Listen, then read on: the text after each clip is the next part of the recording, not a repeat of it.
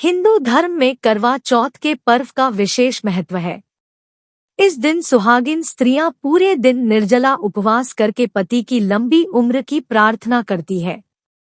ऐसा माना जाता है कि जो स्त्री श्रद्धा पूर्वक व्रत और उपवास करती है, उसकी सभी मनोकामनाएं पूर्ण होने के साथ पति को दीर्घायु का वरदान भी मिलता है। दिन भर निर्जला व्रत करने के बाद रात में चंद्रमा के दर्शन के पश्चात ही जल और अन्न ग्रहण करने का विधान है। करवा चौथ के दिन पूजन के कई नियमों में से एक इसकी कथा का पाठ करना भी है। मान्यता है कि जो भी स्त्री इस व्रत की कथा का पाठ करती है, उसे सौभाग्य का वरदान प्राप्त होता है। आइए जानें करवा चौथ की संपूर्ण कथा के बारे में। करवा चौथ व्रत कथा। बहुत समय पहले की बात है। एक साहूकार के 7 बेटे और एक बेटी थी जिसका नाम करवा था। सभी 7 भाई अपनी बहन से बहुत प्यार करते थे, यहाँ तक कि वे पहले उसे खाना खिलाते और बाद में स्वयं खाते थे। एक बार उनकी बहन ससुराल से मायके आई हुई थी। शाम को भाई जब अपना व्यापार व्यवसाय बंद कर घर आए तो देखा उनकी बहन बहुत व्याकुल थी। सभी भाई खाना खाने बैठे और अपनी बहन से भी खाने का आग्रह करने लगे, लेकिन बहन ने बताया कि उसका आज करवा चौथ का निर्जल व्रत है और वह खाना सिर्फ चंद्रमा को देखकर उसे अर्घ्य देकर ही खा सकती है। क्योंकि चंद्रमा अभी तक नहीं निकला है, इसलिए वह भूख प्यास से व्याकुल हो उठी है। सबसे छोटे भाई से अपनी बहन की हालत देखी नहीं जाती और वह दूर पीपल के पेड़ पर एक दीपक जलाकर छलनी की ओट में रख देता है। दूर से देखने पर वह ऐसा प्रतीत होता है कि जैसे चतुर्थी का चांद उदित हो रहा हो। इसके बाद भाई अपनी बहन को बताता है कि चांद निकल आया है, तुम उसे अर्घ्य देने के बाद भोजन कर सकती हो।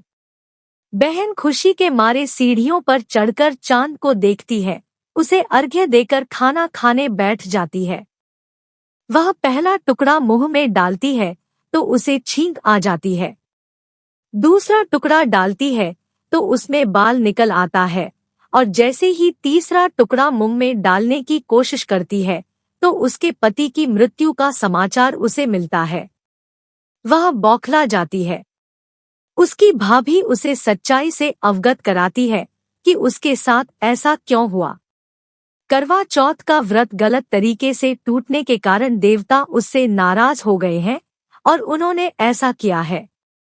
सच्चाई जानने के बाद करवा निश्चय करती है कि वह अपने पति का अंतिम संस्कार नहीं होने देगी और अपने सतीव से उन्हें पुनर्जीवन दिलाकर रहेगी। वह पूरे 1 साल तक अपने पति के शव के पास बैठी रहती है, उसकी देखभाल करती है। उसके ऊपर उगने वाली सुईनुमा घास को वह एकत्रित करती जाती है। 1 साल बाद फिर करवा चौथ का दिन आता है। उसकी सभी भाभियां करवा चौथ का व्रत रखती हैं। जब भाभियां उससे आशीर्वाद लेने आती है तो वह प्रत्येक भाभी से यम सुई ले लो, ये सुई दे दो, मुझे भी अपनी जैसी सुहागिन बना दो, ऐसा आग्रह करती है। लेकिन हर बार भाभी उसे अगली भाभी से आग्रह करने का कह चली जाती है। इस प्रकार जब 6ठे नंबर की भाभी आती है तो करवा उससे भी यही बात दोहराती है।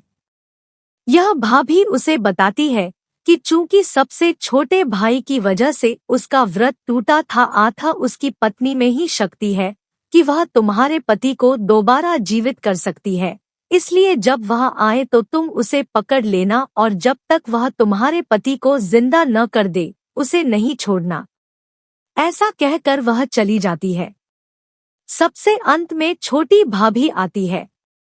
करवा उनसे भी सुहागिन बनने का आग्रह करती है, लेकिन वह टालमटोली करने लगती है। इसे देख करवा उन्हें जोर से पकड़ लेती है और अपने सुहाग को जिंदा करने के लिए कहती है। भाभी उससे छुड़ाने के लिए नोचती है, खसोटती है, लेकिन करवा नहीं छोड़ती है।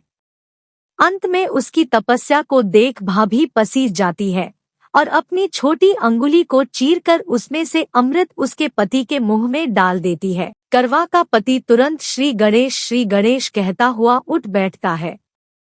इस प्रकार प्रभु कृपा से उसकी छोटी भाभी के माध्यम से करवा को अपना सुहाग वापस मिल जाता है।